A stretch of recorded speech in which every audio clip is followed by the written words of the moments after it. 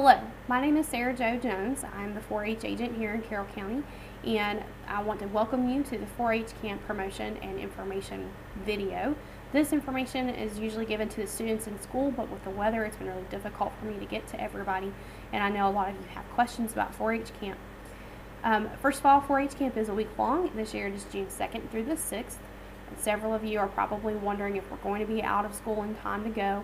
As of right now, we are going to be out by the end of May, so we are going to be going this week. If something changes, we will cross that bridge when we get there, and we'll figure out what we're going to do instead.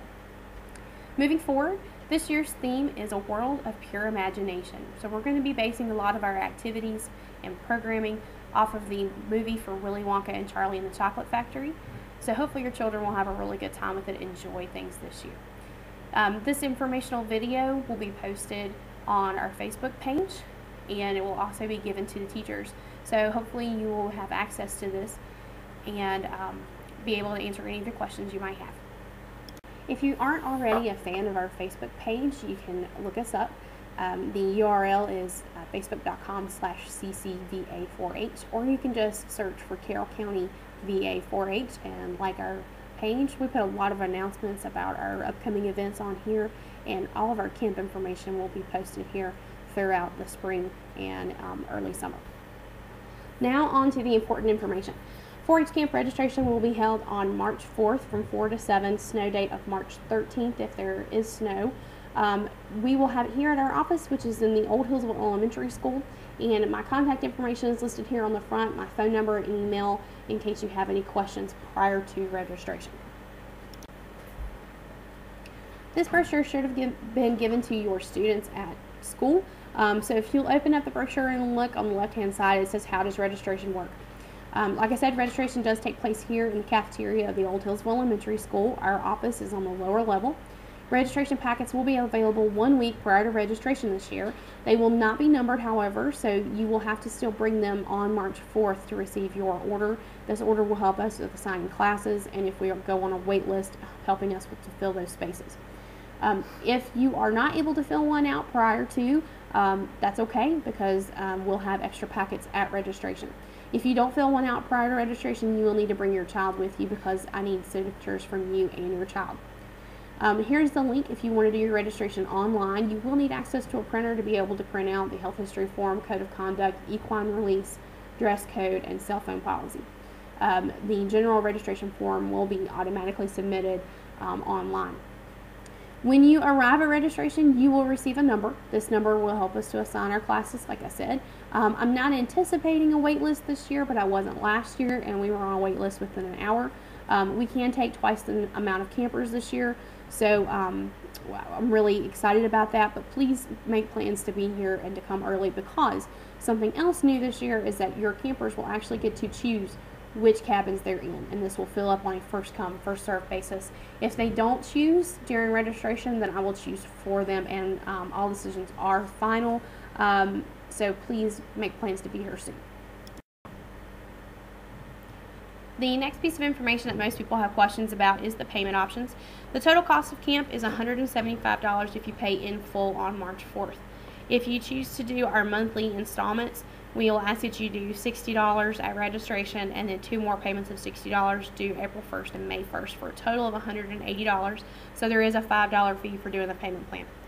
We have a third option of a fundraiser, which is a $50 deposit due at registration, and we'll be selling flower power bulbs and seeds. We've had great success with this fundraiser in the past. It's 50% profit, and most other organizations are not doing anything like this, so I think you'll have good luck with it.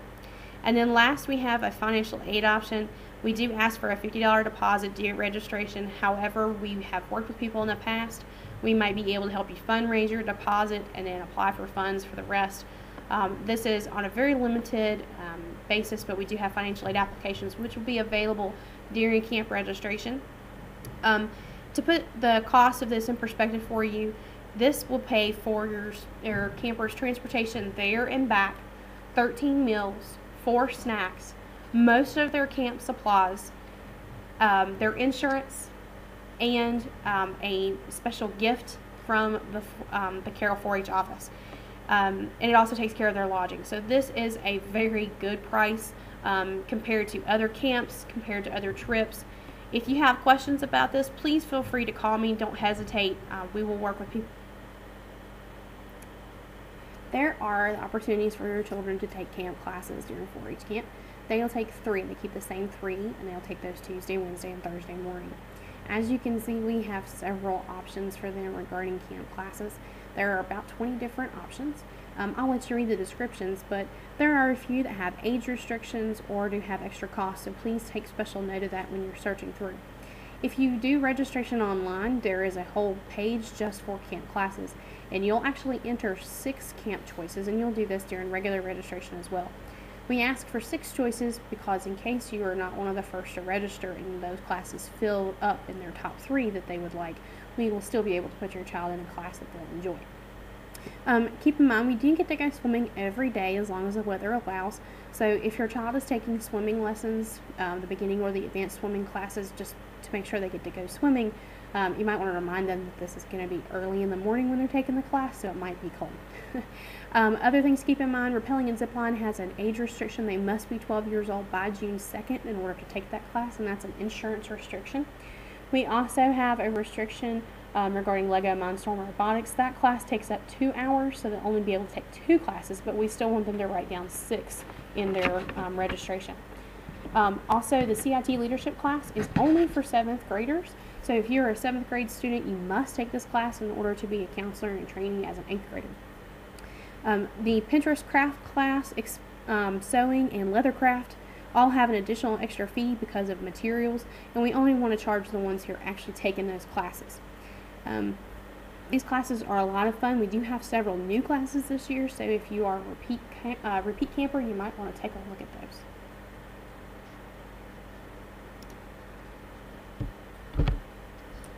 Alright, so if you're looking at our schedule here, this gives you just an idea of what a camp schedule looks like. We get up early in the morning and we go to bed fairly late. Rise and Shine is 7:15. After we get up, we come down and we have our flag raising and grace song. We do flag raising and flag lowering every day, so your children will learn about citizenship and patriotism. Then we go to breakfast. We have excellent food at camp, and in the camp information packet that comes home to you during registration, you will have a sample menu for our meals, and this typically doesn't change, so you'll have an idea of what they'll have to offer. After breakfast, we have morning chores, so all of our campers go back up to their cabins or to the lodge. They will clean their area, they'll make their bed and put away their luggage, and they'll get their materials ready for the day. Additionally, each group has assigned areas that they are responsible for cleaning and organizing throughout the day, and they'll be organized by their team leaders to go and do that. After we have morning chores, we start our classes, so they'll go to their classes on their own. They'll have instruction the night on Monday night about where the classes meet and what the rules are for each one.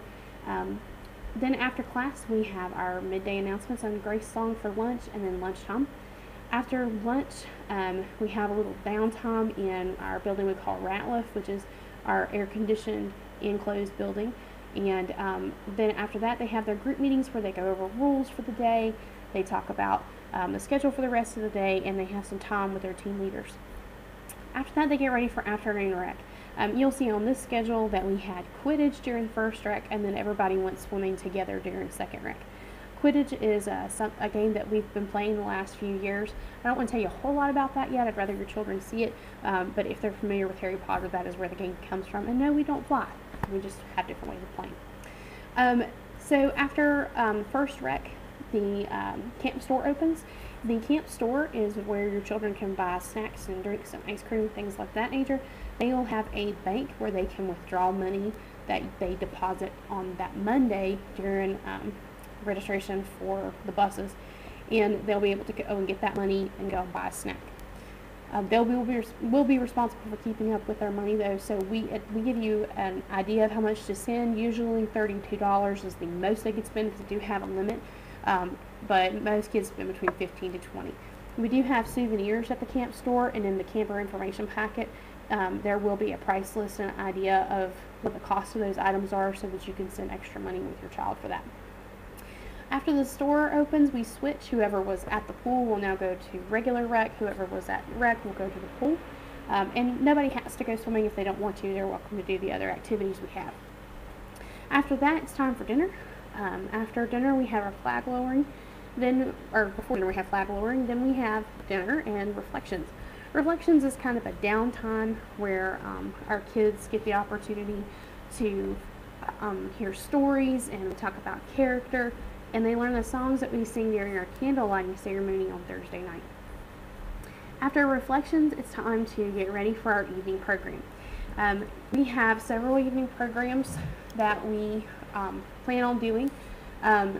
For Monday night, we're planning on having Oompa Loompa line dancing, where we're encouraging your children to dress up like Oompa Loompas, either from the original movie or the new one.